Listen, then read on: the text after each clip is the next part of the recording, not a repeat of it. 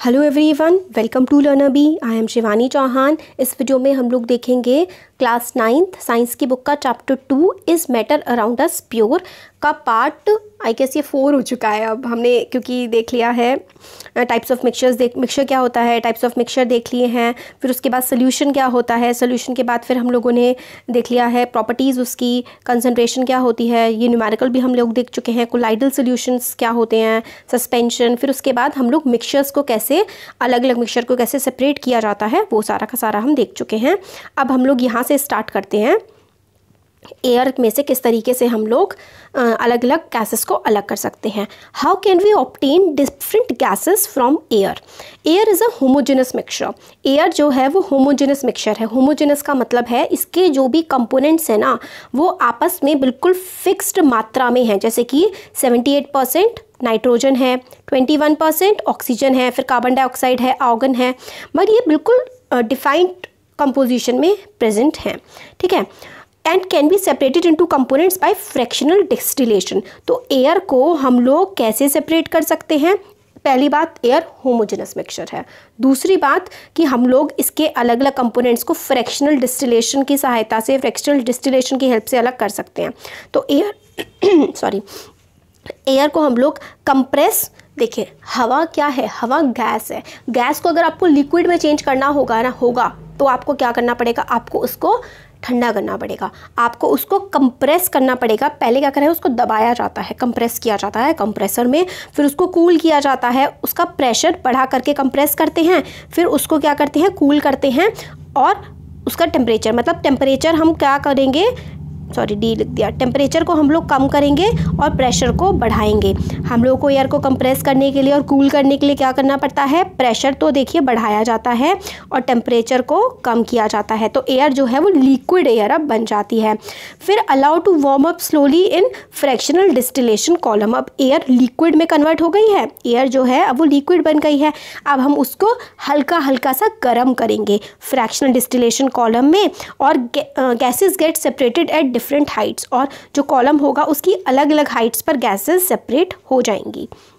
ठीक है, तो हम लोगों ने क्या किया, हम लोगों ने पहले एयर को क्या किया, उसको कंप्रेस किया, प्रेशर बढ़ाया, फ्रैक्शनल डिस्टिलेशन कॉलम मिलाए, प्रेशर बढ़ाया, टेम्परेचर कम किया, फिर उसको हल्का हल्का सा हम लोगों ने टेम्परेचर बढ़ाना शुरू करा। फिर अलग डिस्टिलेशन के अलग अलग कॉलम में अलग अलग गैसेस सेपरेट हो जाती हैं।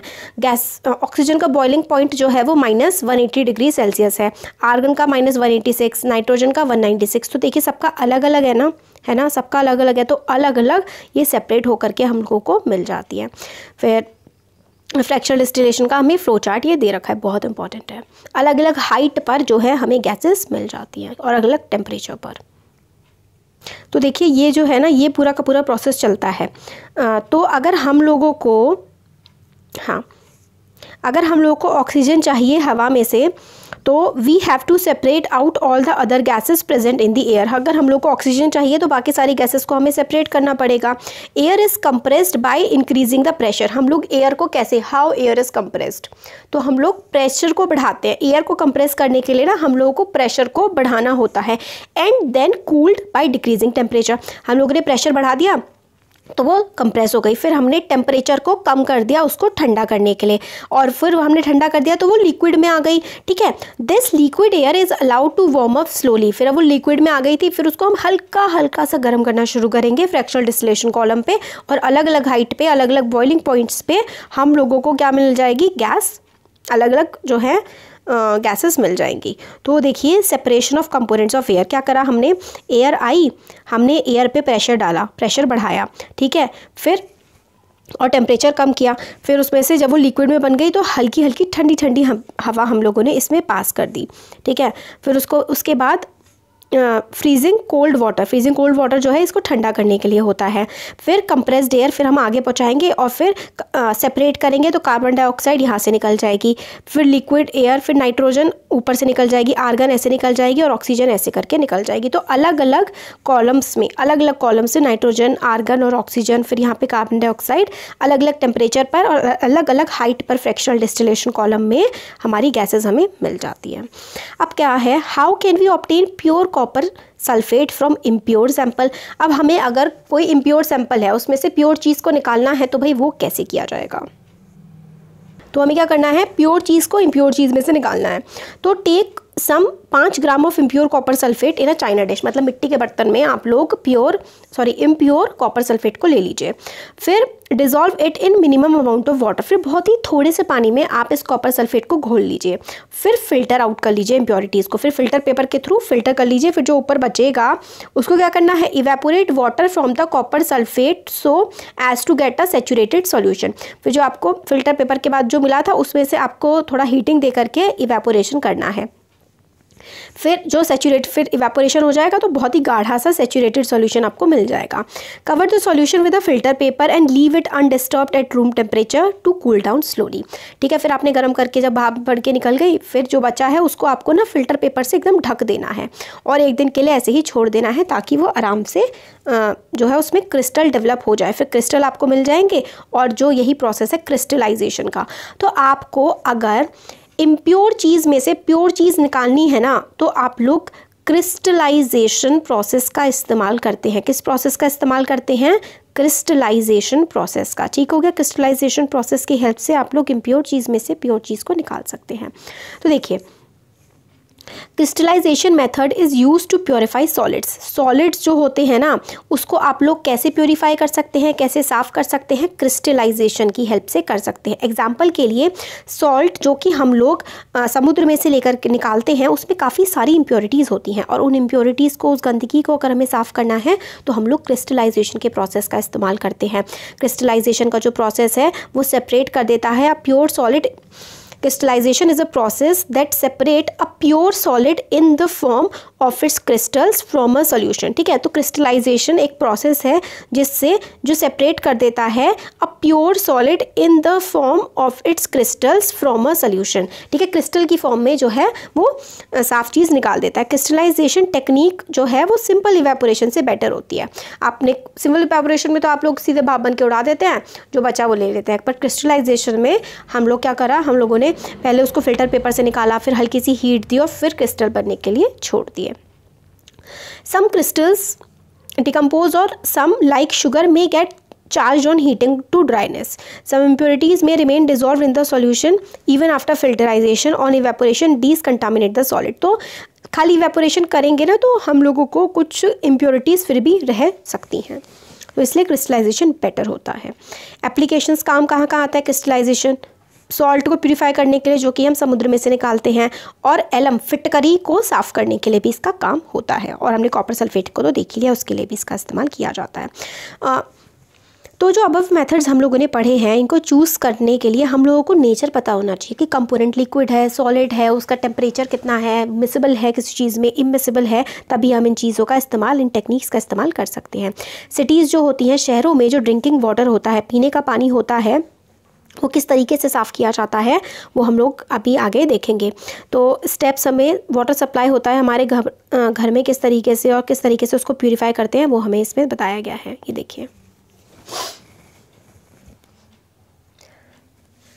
रिजर्वायर होता है, हम यहाँ से पानी लेते हैं, ठीक है, फिर हम लोग एक सेडिमेंटेशन टैंक होता है। सेडिमेंट का मतलब होता है जो भी मोटी चीज़ें होती हैं जैसे कि पत्थर, कंकड़, मिट्टी वगैरह, हम इसको ना इस टैंक में ऐसे ही छोड़ देते हैं, जो हमने पानी यहाँ से निकाला है। फिर जो नीचे गंदगी है ना वो नीचे बैठ जाती है, फिर आगे हम लोग सेडिमेंटेशन टैंक से फिर इसको लोडिंग टैंक में भेज देते हैं to allow solids to settle. Solid नीचे बैठ जाता है, फिर ये लोडिंग टैंक में पहुँच जाता है to sediment the suspended impurities. अब जो नीचे बैठ सकती थी वो तो सेडिमेंटेशन में बैठ गई, अब कुछ इम्प्योरिटीज़ ऐसी हैं जो नीचे नहीं बैठती हैं, पानी में घुली रह जाती हैं, तो वो लोडिंग टैंक में जो चीज़ें पानी में घुली रह गई हैं उसको लोडिंग टैंक में निकाल दिया जाता है।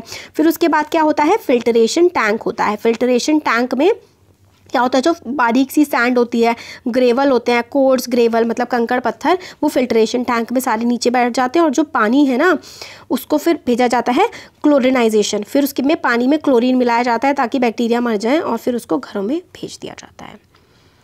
ठीक है, तो ये वाटर प्यूरिफिकेशन का ये इंपॉर्टेंट है, एग्जाम में बहुत ज़्यादा आता है डायग्राम कि रिजर्वायर था, फिर सेडिमेंटेशन टैंक है, फिर लोडिंग टैंक है, फिर फिल्ट्रेशन टैंक, फिर क्लोरीन, और फिर आपके घरों में पहुँचा दिया जाता है। तो इसमें सेडिमेंटेशन टैंक में क्या हुआ, जो सॉलिड थे ना वो नीचे बैठा दिए, लोडिंग टैंक में जो चीज़ें पानी में थी, छोटे छोटे पार्टिकल्स, उनको अलग कर दिया, फिर फिल्ट्रेशन टैंक में जो भी चीज़ें बची हुई थी, फाइन सैंड, ग्रेवल वगैरह, इन सबको अलग कर देते हैं, पानी बिल्कुल प्यूरीफाई हो जाता है, फाइन सैंड ग्रेवल अलग अलग लेयर्स से जाता हुआ पानी साफ़ हो जाता है, फिर उसको क्लोरीन डाल देते हैं उसमें, फिर घरों में पहुंचा देते हैं। अब आता है फिजिकल एंड केमिकल चेंजेस। पीछे वाला जो चैप्टर था, फर्स्ट चैप्टर, उसमें हम लोगों ने पढ़ा था काफ़ी सारी फिजिकल प्रॉपर्टीज़ जो होती हैं मैटर की, उसके बारे में। प्रॉपर्टीज़, फिजिकल प्रॉपर्टीज़ जो होती हैं, जैसे कि कलर कैसा दिखता है, हार्ड है, सॉफ्ट है, आराम से उसको हिला मोड़ सकते हैं, फ्लूइडिटी, लिक्विड है, गैस है, क्या है, melting point, boiling point, density, ये सारी की सारी फिजिकल प्रॉपर्टीज़ होती हैं। तो इंटर कन्वर्जन, जब ये सारी की सारी प्रॉपर्टी एक स्टेट से दूसरी स्टेट में जाती हैं, फिजिकल स्टेट अपनी चेंज करती हैं, क्योंकि इनमें काफ़ी सारे चेंजेस हो जाते हैं, because these changes occur without the change in composition and no change in the chemical nature of the substance. तो फिजिकल प्रॉपर्टीज जब चेंज होती है ना, तो मतलब कोई उसके अंदर, चीज़ के अंदर कोई भी बदलाव नहीं आता है। जब केमिकल प्रॉपर्टी चेंज होती है तो चीज़ के अंदर बदलाव आ जाता है, जैसे कि आइस वाटर बन जाएगी, वाटर से वाटर वेपर बन जाएगी, मगर उसकी फिजिकल प्रॉपर्टी चेंज हो रही है वो पानी ही, ठीक है, बट केमिकल प्रॉपर्टीज़ जो हैं उसकी सेम है, सिर्फ फिजिकल प्रॉपर्टी ही चेंज हो रही हैं। Water and cooking oil are liquid but these their chemical properties are different. Water हो गया, पानी है, और जो ऑयल है, दोनों के दोनों लिक्विड है ना, बट उनकी प्रॉपर्टीज़ जो हैं अलग हैं, उनका कलर भी अलग है। और इन्फ्लेमेबिलिटी मतलब जलते भी हैं, पानी जलता नहीं है ना, मगर तेल जलता है, ठीक है। Oil burns in air whereas water extinguishes fire. Water जो है तो पानी जो है आग बुझाने के काम आता है, यही इनकी केमिकल प्रॉपर्टीज़ हैं। तो इसलिए जो ऑयल और वाटर की केमिकल प्रॉपर्टीज़ एक दूसरे से अलग अलग हैं। तो बर्निंग, जलना जो है ना, वो एक केमिकल चेंज है। इस प्रोसेस में एक सब्सटेंस दूसरे सब्सटेंस के साथ रिएक्ट करता है और उनकी केमिकल प्रॉपर्टीज़ जो है वो चेंज हो जाती हैं। केमिकल प्रॉपर्टीज़ जो है मैटर की वो चेंज हो जाती हैं तो एक नया सब्सटेंस बनता है। फिजिकल प्रॉपर्टी चेंज होती है तो नया सब्सटेंस नहीं बनता, बट अगर किसी चीज़ की केमिकल प्रॉपर्टीज चेंज होती हैं तो एक नया सब्सटेंस बन जाता है। Chemical change is also known as chemical reaction. Chemical change को हम केमिकल रिएक्शन भी बोलते हैं। एग्जाम्पल के लिए burning of candle. Burning of candle जो है ना, ये बड़ा ही इंपॉर्टेंट सा एग्जाम्पल है, क्योंकि ये फिजिकल चेंज भी है और केमिकल चेंज भी है। फिजिकल चेंज कैसे? क्योंकि जो वैक्स होती है ना, वो नीचे आपकी जम जाएगी, आप दोबारा से मोमबत्ती उससे बना सकते हैं। केमिकल चेंज कैसे? देखिए, वैक्स थी पहले तो वो सॉलिड थी, बट वो भाप बन के उड़ गई, है ना, तो वो केमिकल चेंज हो गया। मगर बर्निंग ऑफ कैंडल दोनों होते हैं, फिजिकल भी और केमिकल भी। अब what are the types of pure substance? Pure substance कितने टाइप के होते हैं? तो उनकी केमिकल कंपोजिशन के बेसिस पे हम लोग सब्सटेंस को क्लासिफाई कर सकते हैं कि या तो वो एलिमेंट होगा या तो वो कंपाउंड होगा। कंपाउंड दो या दो से ज़्यादा एलिमेंट से मिलकर के बनता है, ठीक है। अब देखिए, रॉबर्ट बॉयल पहले साइंटिस्ट थे जिन्होंने टर्म एलिमेंट को बताया था हमें 1661 में, ठीक है। एंटोनी लॉरेंट लेवोजियर जो कि एक फ्रेंच केमिस्ट थे, वो पहले एक्सपेरिमेंटली उन्होंने बताया था कि डेफिनेशन क्या होगी एलिमेंट की। उन्होंने डिफ़ाइन किया था कि एलिमेंट एक ऐसा बेसिक फॉर्म ऑफ मैटर है जिसको हम लोग और छोटा तोड़ करके नहीं रख सकते हैं सिंपल सब्सटेंस की फॉर्म में। मतलब एक एलिमेंट है, जैसे करिए सोडियम। सोडियम अपने आप में क्या है? इसको हम तोड़ नहीं सकते हैं। जिस चीज़ को हम लोग फर्दर केमिकल प्रोसेस की या फिजिकल प्रोसेस की हेल्प से, फिजिकल प्रोसेस से तो आप तोड़ देंगे भले ही, बट केमिकली आप नहीं तोड़ सकते हैं, तो वो एलिमेंट है। Element is a basic form of matter, सबसे बेसिक फॉर्म है, सबसे छोटी फॉर्म है मैटर की, that can not be broken down into simple substance by chemical reaction. Chemical reaction की हेल्प से आप लोग किसी एलिमेंट को नहीं ब्रेक कर सकते हैं। Elements are normally divided into metals, non metals and metalloids. इनके बारे में आप लोग 10th क्लास में अच्छे से पढ़ेंगे कि मेटल्स क्या होते हैं, नॉन मेटल्स क्या होते हैं, मेटलॉइड्स क्या होते हैं। वैसे तो पिछली क्लासेस में भी पढ़ के आ रखे हैं आप लोग। अब देखिए, जो मेटल्स होती हैं, मेटल्स में क्या होती है? लश्चर होती है, मेटल्स में शाइन होती है। इनका ग्रे सिल्वर सा कलर होता है, मतलब थोड़ा सा लश्चर होती है, शाइन होती है, अलग अलग इनके कलर होते हैं। ये good conductor of heat and electricity होते हैं। डक्टाइल होते हैं, इसका मतलब है आप इनको वायर्स में चेंज कर सकते हैं। और मेलिएबल होते हैं, मतलब आप इनको शीट्स में चेंज कर सकते हैं, जैसे कि एल्यूमिनियम। और इसका वायर्स का एग्जांपल कॉपर हो गया। और सोनोरस होती है, मतलब मेटल्स में से आवाज़ आती है। जैसे कि एग्जांपल क्या क्या हो गए मेटल के? गोल्ड, ये वाली चीज़ें तो आप बचपन से पढ़ रहे हैं ना। Gold, silver, copper, iron, sodium, potassium, ये सारे के सारे मेटल्स के एग्जांपल हैं। मरकरी इकलौती ऐसी मेटल है जो कि लिक्विड रहती है रूम टेम्परेचर पे। मतलब मरकरी जो है वो रूम टेम्परेचर पर लिक्विड होती है, बाकी सारी मेटल रूम टेम्परेचर पर सॉलिड होती हैं। रूम टेम्परेचर मतलब आपका अराउंड 20-30 डिग्री सेल्सियस जो टेम्परेचर होता है ना, या फिर 23 बेसिकली ले तो इस पर बाकी सारी मेटल्स सॉलिड होंगी बट मरकरी लिक्विड रहती है, इंपॉर्टेंट है। नॉन मेटल्स की प्रॉपर्टी देख लेते हैं। काफ़ी सारे कलर्स होते हैं इनके, पुअर कंडक्टर होते हैं हीट और इलेक्ट्रिसिटी के, लश्रस नहीं होते, सोनरस नहीं होते, मलेबल नहीं होते, कुछ नहीं, उल्टा कर दीजिए, मेटल्स का नॉन मेटल्स बन जाएगा। एग्जाम्पल देखिए, नॉन मेटल्स ज़्यादातर गैसेज होती हैं, जैसे कि हाइड्रोजन, ऑक्सीजन, आयोडीन गैस नहीं है बट जैसे ज़्यादातर गैस होती है, कार्बन हो गया, ब्रोमीन, क्लोरीन, ठीक है। Some elements have intermediate properties, अब कुछ एलिमेंट्स होते हैं जो ना ही मेटल होते और ना ही नॉन मेटल होते, बट मेटल नॉन मेटल दोनों की प्रॉपर्टीज़ वो रखते हैं। तो इस तरीके के जो एलिमेंट्स हैं वो हैं boron, silicon and germanium. Example याद कर लीजिएगा मेटलॉइड्स के, very important, boron, silicon, germanium. Exam में काफ़ी ज़्यादा पूछा जाता है इनके बारे में। आपको दो दो याद सबके करने हैं, मेटल का भी, नॉन मेटल का भी और मेटलॉइड्स का भी। मेटलॉइड्स काफ़ी इंपॉर्टेंट होते हैं, तो बोरॉन काफ़ी इंपॉर्टेंट है। और कौन सा ऐसा मेटल है जो रूम टेम्परेचर पे लिक्विड रहता है, तो मरकरी, बहुत पूछा जाता है एग्जाम में। More to know, number of elements known at present are more than 100 से भी ज़्यादा एलिमेंट्स हम लोगों को पता है। 92 एलिमेंट्स जो कि नेचुरली हम लोग मिलते हैं हमें नेचर में, और ह्यूमन ने भी काफ़ी सारे बना लिए हैं। ज़्यादातर एलिमेंट्स जो हैं सॉलिड होते हैं, सिर्फ 11 एलिमेंट ही हैं जो कि गैसेज हैं रूम टेम्परेचर पर। 2 एलिमेंट्स मरकरी, ब्रोमीन क्या है, ब्रोमीन मेटलॉइड है, ठीक है। 2 एलिमेंट्स हैं मरकरी और ब्रोमीन जो कि लिक्विड होते हैं रूम टेम्परेचर पे। मरकरी एक मेटल है और ब्रोमीन एक मेटलॉइड है, ठीक है। एलिमेंट्स जैसे कि गैलियम, सीजियम बिकम लिक्विड बन जाते हैं रूम टेम्परेचर पर। Gallium, caesium become liquid at room temperature become liquid at a temperature slightly above. हल्का सा रूम टेम्परेचर से थोड़ा सा ज़्यादा हो जाए तो गैलियम, सीजियम भी क्या हो जाते हैं, लिक्विड बन जाते हैं। बट वैसे अगर रूम टेम्परेचर हो तो गैलियम, सीजियम लिक्विड नहीं बनेंगे, बट रूम टेम्परेचर से थोड़ा सा भी बढ़ जाएगा ना, 300 केल्विन के आसपास, अगर 303 केल्विन के आसपास पहुंच जाएगा तो गैलियम और सीजियम भी लिक्विड बन जाते हैं। 2 एलिमेंट्स जो कि लिक्विड होते हैं, मरकरी एंड ब्रोमीन। अब कंफ्यूज नहीं होना है आपको, एलिमेंट्स ना 3 टाइप के होते हैं, मेटल, नॉन मेटल और मेटलॉइड। जो मेटल लिक्विड होती है रूम टेम्परेचर पे वो मरकरी, और जो मेटलॉइड लिक्विड होती है रूम टेम्परेचर पे वो होता है ब्रोमीन। अब एलिमेंट्स 3 टाइप के, मेटल, नॉन मेटल और मेटलॉइड, उनके 2 पार्ट हैं, मेटल लिक्विड रूम टेम्परेचर पे मरकरी और मेटलॉइड लिक्विड रूम टेम्परेचर पे ब्रोमीन। और गैलियम और सीजियम अगर 303 केल्विन मतलब रूम टेम्परेचर से थोड़ा सा ऊपर हो जाए तो गैलियम, सीजियम भी जो है वो क्या हो जाते हैं, लिक्विड बन जाते हैं रूम टेम्परेचर से थोड़ा ऊपर होने।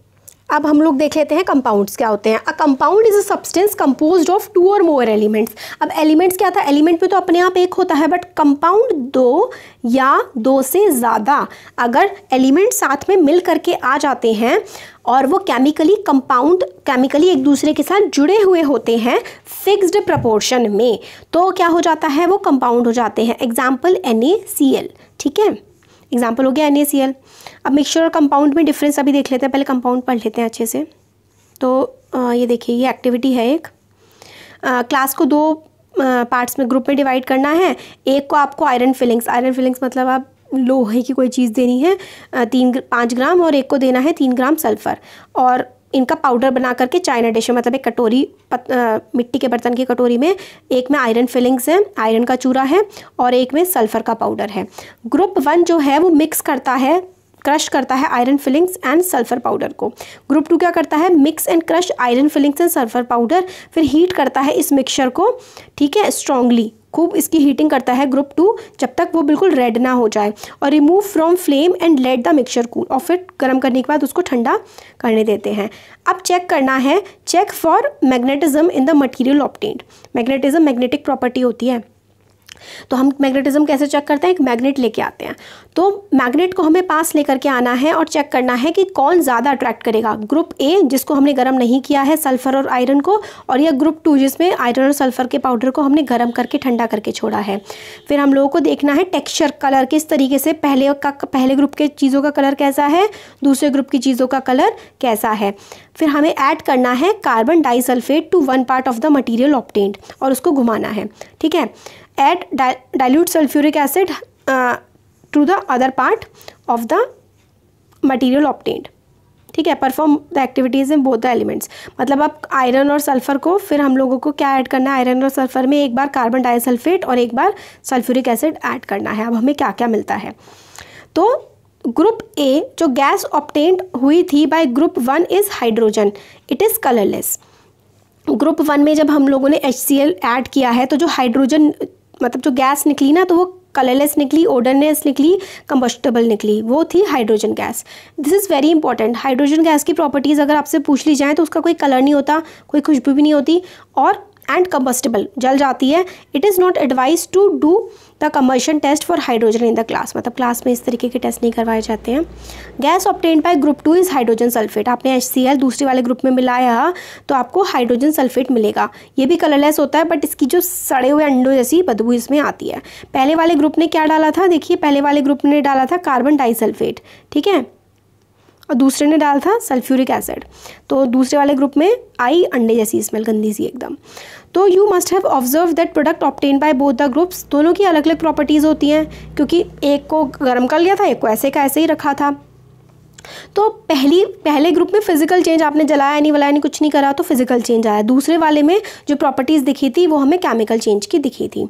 मटेरियल जो कि ग्रुप 1 ऑब्टेन करेगा is a mixture of 2 substance, ठीक है, 2 सब्सटेंस का मिक्सचर है। The substance given are iron और सल्फर था। Properties of a mixture are the same as its constituents. Properties जो हैं वो अपने जो खुद के थे ना, जैसे मिक्सचर की प्रॉपर्टीज़ उन दोनों को रिप्रेजेंट कर रही हैं। Material obtained by group 2 is a compound. Compound क्यों है, क्योंकि आपने आयरन को प्लस सल्फ़र को आपने गर्म कर दिया, केमिकल रिएक्शन हुआ और ये आयरन सल्फेट बन गया, है ना, FeSO4 ये बन गया होगा आयरन सल्फेट। तो इसकी केमिकल प्रॉपर्टीज़ डिफरेंट हो गई। मटेरियल, ठीक है, तो वो कंपाउंड बन गया, आपने गर्म कर दिया तो FeSO4 दोनों आयरन और सल्फेट जुड़ गए। तो इन दोनों की अब हीटिंग करने के बाद 2 elements strongly we get a compound, मतलब हमने आयरन और सल्फर को जब हीट कर दिया ना तो हमें 2 अलग अलग एलिमेंट्स थे, हमने उनको मिला दिया, अब वो कंपाउंड बन गए और उनकी प्रॉपर्टीज़ जो है ना बिल्कुल ही चेंज हो चुकी हैं। Composition of a compound is the same throughout. We can observe that the texture and the colour of the compound are the same throughout. Thus we can summarise the physical and chemical nature of the matter in the, देखिए यहाँ पर physical और chemical nature, मतलब physical nature जो है ना वो same रहता है, बट केमिकल प्रॉपर्टीज़ जो है कंपाउंड की और एलिमेंट की काफ़ी बदल जाती हैं। अब पहले हम मिक्सचर देख लेते हैं, मिक्सचर क्या होता है, कंपाउंड क्या होता है। एलिमेंट्स और compounds just mix together to form a mixture and no new compound is form. Just mixing कर दी ना, एग्जांपल जैसे आपने आयरन था और आपने सल्फर को सिर्फ मिक्स कर दिया आपने और कुछ भी नहीं किया, साथ में मिला करके रख दिया, प्रॉपर्टीज़ उनकी चेंज नहीं होती हैं। एलिमेंट्स में रिएक्शन होती है तो वो कंपाउंड बन जाते हैं। मिक्सचर का वेरिएबल कंपोजिशन होता है, आप अलग अलग कर सकते हैं उसको, इनकी जो कंपोजिशन होती है ना एक नया ही सब्सटेंस फॉर्म हो जाता है, ठीक है। Mixture shows the properties of constituent substance, मतलब मिक्सचर में आपने आयरन को और आपने सल्फर को मिला दिया था ना साथ में, तो उनकी अपनी अलग अलग प्रॉपर्टीज़ वो दिखाएंगे, बट कंपाउंड में आपने उनको गर्म कर दिया तो क्या हो गया, वो बिल्कुल जुड़ गए, FeSO4 बन गए। अब इनकी प्रॉपर्टीज़ बिल्कुल अलग हो जाएंगी अपने पहले एलिमेंट से। Constituents can be separated Fairlie by physical method, क्योंकि आपने सिर्फ दोनों को मिक्सचर ऐसे मिलाया है ना तो आप उनको सेपरेट भी आराम से कर सकते हैं। ये तो भाई मुश्किल होता है, केमिकल या फिर इलेक्ट्रोकेमिकल मेथड से ही आप इसको जो आपने कंपाउंड बना दिया है ना, कंपाउंड को सेपरेट करना काफ़ी मुश्किल होता है। केमिकल या इलेक्ट्रोकेमिकल मेथड से आप कर सकते हैं, मिक्सचर्स को तो आप नॉर्मल फिजिकल मेथड से छान के या कैसे भी करके कर सकते हैं। तो मिक्सचर्स जो होते हैं उसमें प्रॉपर्टीज़ चेंज नहीं होती हैं, बट कंपाउंड में प्रॉपर्टीज़ चेंज हो जाती हैं। ये सबसे इंपॉर्टेंट चीज़ है। मिक्सचर में 2 एलिमेंट्स मिलते हैं मगर उनकी प्रॉपर्टीज़ अपनी रह सकते हैं वो, बट कंपाउंड पे वो दोनों मिलके अपनी प्रॉपर्टीज़ को बिल्कुल बदल लेते हैं। फिजिकल प्रॉपर्टीज़ फिजिकल मेथड से चेंज कर सकते हैं उसको हम लोग, मतलब मिक्सचर को अलग कर सकते हैं। यहाँ पे केमिकल या इलेक्ट्रोकेमिकल मेथड से ही मिक्सचर को आप लोग अलग कर सकते हैं। अब यहाँ पर आता है मैटर, ये इंपॉर्टेंट है काफ़ी ज़्यादा, पूरे चैप्टर की समरी टाइप आपको मिल जाती है यहाँ पर। मैटर जो है वो 3 टाइप्स में हम लोग पढ़ते हैं, वैसे तो 5 फॉर्म्स होती है मैटर की, हमने फर्स्ट चैप्टर में देखा था, बट इसमें हम 3 ही पढ़ते हैं। मैटर सॉलिड, लिक्विड और गैस होती है। एक होता है, अब मैटर 2 तरीके की हो सकती है, या तो बिल्कुल प्योर होगी या फिर उसके मिक्सचर्स की फॉर्म में आपको मिलेगी। इसकी कंपोजिशन फिक्स नहीं होती है, प्योर में फिक्स कंपोजिशन होती है। अब एक एलिमेंट होते हैं, कंपाउंड होते हैं। एलिमेंट्स जो हैं, पहले इनको देख लेते हैं एलिमेंट्स और कंपाउंड को। Elements can not be broken down into simple substance, हम लोग एलिमेंट को सिंपल सब्सटेंस में ब्रेक नहीं कर सकते हैं। एग्जाम्पल के लिए कॉपर हो गया, ऑक्सीजन हो गया, आयरन, हाइड्रोजन, ये सारे के सारे एलिमेंट्स हैं, आप इनको और सिंपल पार्ट में नहीं ब्रेक कर सकते हैं। कंपाउंड जैसे कि वाटर है, H2O, आप इसको ब्रेक कर सकते हैं। इनकी फिक्स्ड कंपोजिशन होती है and can B ब्रेकन down into elements by chemical और इलेक्ट्रोकेमिकल रिएक्शन, मतलब केमिकल या फिर इलेक्ट्रोकेमिकल रिएक्शन से आप इनको तोड़ सकते हैं। एलिमेंट्स को आप लोग सिंपल सब्सटेंसेस में नहीं तोड़ सकते। अब मिक्सचर्स आते हैं, ये प्योर सब्सटेंस थे, एलिमेंट्स और कंपाउंड और प्योर सब्सटेंस। अब मिक्सचर्स की बात आती है तो होमोजीनस होता है मिक्सचर या फिर हेटेरोजीनस होता है। यूनिफॉर्म कंपोजिशन मतलब पूरा बिल्कुल एक जैसा होता है थ्रू आउट, और ये एक जैसा नहीं होता, अलग अलग दिख जाता है। एग्जाम्पल के लिए आप चीनी मिला दीजिए पानी में, पूरा एक जैसा हो जाएगा। पानी में आप नमक मिला दीजिए, सल्फर मिला दीजिए, ठीक है, कार्बन डाइसल्फेट में, पानी मिला दीजिए शराब में, अल्कोहल में, तो ये यूनिफॉर्म कंपोजिशन के एग्जांपल है, एक जैसा हो जाता है। नॉन यूनिफॉर्म आप मिट्टी मिला दीजिए पानी में, सॉल्ट या फिर sand and salt, sugar and salt, पानी में नहीं मिलाई है, आप सैंड मिला दीजिए नमक में, है ना, अलग अलग दाने दिख जाएंगे आपको। और आप शुगर मिला दीजिए नमक में या फिर आप वाटर मिला दीजिए पानी में, तो ये आपको बिल्कुल अलग अलग चीज़ें मिल जाती हैं ना, तो ये हेटेरोजीनस होता है। अब हमारा चैप्टर 2 ख़त्म हो गया है, कंप्लीट हो गया है। और अगर आपको इसकी समरी वर्जन देखना है तो लर्नर बी नाम के चैनल से आप लोग देख लीजिए, वो हमारा पेरेंट चैनल है, उसमें काफ़ी कुछ कवर हमने किया हुआ है। बाकी सारे एसएसटी वगैरह, एसएसटी हो गया, आप लोग कहते रहते हैं एसएसटी कवर कर दो या इंग्लिश कवर कर दो, तो दूसरा चैनल है लर्नर बी के नाम से, उसमें इंग्लिश कंप्लीट है, एसएसटी की ज्योग्राफी का पार्ट कंप्लीट है, हिस्ट्री के भी चैप्टर्स काफ़ी सारे कंप्लीट है, हिंदी कंप्लीट है, इंग्लिश तो पूरी कंप्लीट है ही, तो वो आप देख सकते हैं। साइंस यहाँ पर चल रही है, हम लोग अब 5 चैप्टर कवर कर चुके हैं। अब हम लोग करेंगे फिजिक्स का चैप्टर 2, ठीक है, लॉज ऑफ मोशन वाला जो है। तो कैसा लगा वीडियो ज़रूर बताइए, अच्छा लगा लाइक करिए, चैनल को सब्सक्राइब करिए, अपने फ्रेंड्स के साथ शेयर करिए। Thank you.